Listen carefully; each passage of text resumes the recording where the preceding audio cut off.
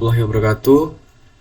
Perkenalkan, nama saya Fakran Lutfi. Di sini saya akan menjelaskan atau mempresentasikan tentang AI yang dimana chapter 4 menjadi tugas saya untuk proyek UAS kecerdasan buatan. Nah, di sini saya akan menjelaskan tentang search in complex environment yang dimana itu membahas tentang masalah yang lebih kompleks dalam pencarian atau search gitu. Nah, lingkungan yang dimana yang kita hadapi adalah lingkungan yang berubah-ubah, tidak terduga, dan tentunya yang tidak kita ketahui ya.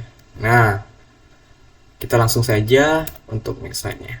Oke, yang pertama ada 4.1 Local Search and Optimization Problem, yang dimana itu adalah sebuah metode pencarian yang berfokus pada menemukan keadaan tetangga yang lebih baik tanpa perlu melacak jalur atau himpunan keadaan yang telah kita capai sebelumnya. Jadi saat berguna untuk menyelesaikan masalah-masalah optimisasi di mana kita ingin mencari keadaan terbaik berdasarkan fungsi tujuannya atau objective function. Nah, terus terdapat metodenya yaitu ada hill climbing search yang dimana ini adalah sebuah pendekatan yang digunakan untuk mencari keadaan terbaik. Kita mencoba untuk meningkatkan kualitas keadaan saat ini dengan memilih langkah mengarah keadaan yang memiliki nilai yang lebih tinggi karena dia climbingnya. Terus selanjutnya ada simulate annealing. Itu adalah algoritma optimisasi yang terinspirasi oleh proses annealing dalam metalurgi. Itu konsep sederhana untuk mudah dipahami. Kita sebuah logam yang dipanaskan dan kemudian perlahan didinginkan, struktur molekulnya berubah dan kristal yang lebih stabil terbentuk.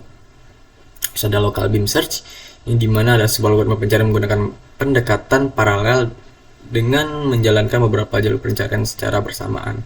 Konsepnya cukup sederhana, mudah dipahami tentunya. Nah, terus ada di metode selanjutnya ada evolutionary algorithms, yang dimana algoritma evolusioner adalah metode pencarian terinspirasi dari proses evolusi di alam. Dan untuk penjelasan subbab selanjutnya ada local search in continuous space. Nah, ini lanjutan, yang dimana metode pencarian menggunakan untuk menemukan solusi optimal dan domain yang kontinu berkelanjutan. Dalam menerapkan metode ini kita seringkali diperlukan untuk didiskritin menjadi ruang diskrit agar proses pencarian lebih mudah. Terus untuk sebab selanjutnya ada search in with deterministic action. Nah, yang dimana ini merupakan pemecahan masalah dalam lingkungan yang tidak sepenuhnya diketahui. Nah, biasanya konsep-konsepnya itu menggunakan keyakinan atau belief state yang representasi probabilitas atau kemungkinan yang bisa kita lakukan. Nah, terus ada rencana bersyarat atau conditional plan. Rencana bersyarat itu merupakan serangkaian tindakan yang bergantung pada kondisi-kondisi tertentu. Nah, dalam konteks ini, tindakan dan deterministik itu rencana untuk bersyarat memungkinkan agar kita memilih tindakan yang bergantung pada apa yang kita nikmati gitu, atau kita tindak lanjuti.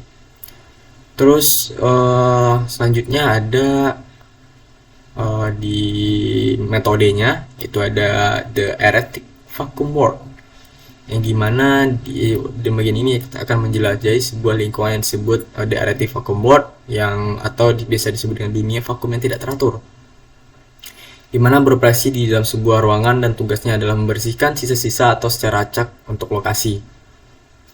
Nah, terus ada and or search trees. Nah, dari kata trees ini udah tahu ya pohon ya. Nah, pohon ini menggambarkan serangkaian tindakan yang pemilihan alternatif terjadi dalam proses pencarian. Pohon ini terdiri dari jenis simple, itu ada simple or not, ada and not. Nah, dua simpulnya. Terus terakhir ada try again. Ya, dari kata-kata try again kan try, coba lagi. Nah, kita akan melakukan proses berulang-ulang. Nah, teman-teman bisa memahami dari kata try-nya, yang dimana kita akan lakukan berulang-ulang kali dalam solusi siklik biasanya. Nah, mungkin mengulangi urutan yang tindakan yang sampai kita memunculkan hasil yang maksimal. Untuk selanjutnya, untuk subbab selanjutnya itu ada search in partially observable environment, yang dimana pencarian ini kita melibatkan pemecahan masalah di lingkungan yang tidak memiliki informasi yang lengkap. Nah, itu kita bisa menggunakan metode searching with no observation, yang dimana kita akan membahas beberapa konsep terkait tindakan untuk lingkungan sebagai yang kita amati. Terus kedua, kita menggunakan searching in partially observable environment, yang dimana kita mempelajari metode pencarian digunakan dalam lingkungan yang diamati. Terus kita akan memiliki informasi lengkap tentang keadaan lingkungannya. Terus kita bisa menggunakan metode solving partially observable problems, yang dimana kita akan memberikan strategi pemecahan masalah khusus yang diperlukan. Nah, kita mempertimbangkan ketidakpastian dan menggunakan pendekatan yang lebih kompleks. Dan setelah itu ada and again for partially observable environment. Nah, ini adalah monitoring yang kita gunakan filtering dan estimation untuk menentukan kemungkinan pengumpulan proses informasi terbatas untuk mengambil keputusan.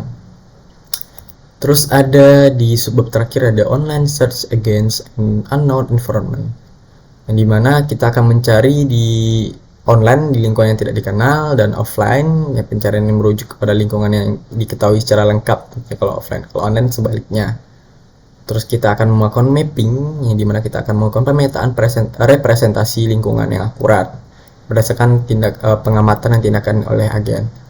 Terus selanjutnya ada metodenya yang digunakan adalah honest problem competitive ratio atau rasio kompetitif, yang dimana kita akan menggunakan semisal bandingan kerja dalam pencarian online kondisinya offline gitu. Terus ada di metode selanjutnya ada online search against. Dimana kita membahas tentang penggunaan pencarian agen online dalam lingkungan yang tidak dikenal. Terus online local search, ya tentunya karena lokal kita akan melibatkan pemilihan tindakan secara acak dalam kumpulan yang lebih kecil. Terus terakhir ada learning in online search atau increment search atau pencarian bertahap. Nah, kita akan pendekatannya secara bertahap untuk memperbarui pengetahuan yang ada. Dan saat melakukan pencarian dalam lingkungan yang tidak dikenal, kita akan mencari pencarian online harus menggunakan strategi yang adaptif dan mampu belajar dalam pengalaman untuk mencapai tujuan secara efisien. Nah, mungkin hanya itu yang dapat saya sampaikan untuk presentasi ini. Kurang dan lebihnya saya mohon maaf. Assalamualaikum warahmatullahi wabarakatuh. Bye bye.